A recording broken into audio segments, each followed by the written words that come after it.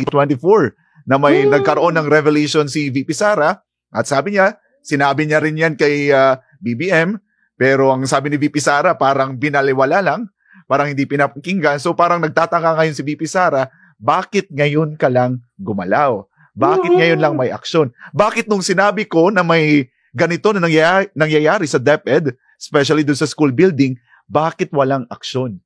So parang gano'n ang nangyayari ngayon, Prof. Alam mo, Jason, itong mga nangyayari, nagpapatotoo lamang sa mga sinabi niya. Nung sinabi niya yan, parang ang sinasabi, namumulitika lang yan, naninira lang yan, kaya ganyan. Pero ilang beses ba niya sinabi na sa school build na ang budget, 2 tao lang ang nagde-decide. Klarado doon, wala si Pangulo. Sinabi niya yun doon sa DepEd na pinaba-download sa kanya yung school building program. Sinabi niya, ayaw ko. Kayo na lang, yan, bahala. Hindi na ako sasama dyan. Meron ring sinabi tungkol doon sa proseso ng budgeting.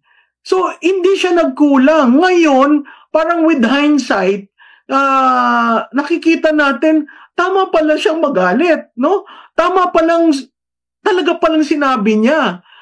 Ang lokohan nga parang ano ba yan, si BP can see through, no, the different layerings in the bureaucracy. Pero hindi siya nagkulang. Sinabi niya yan sa Pangulo. Sinabi rin niya sa Pangulo, naalala niyo yung sa bigas, na ang sabi niya, lahat yan nasa kamalig lamang, pag binabayan, bababa ang presyo. Sinabi niya yun, hindi siya nagkulang.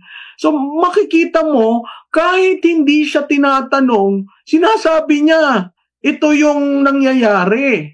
So sino mas may alam nung nandun siya compared sa yung 3 taon na pamumuno na magtatanong ka ng, bakit tayo nagkaganito? O iiyak ka, 'di ba? Maluluha ka.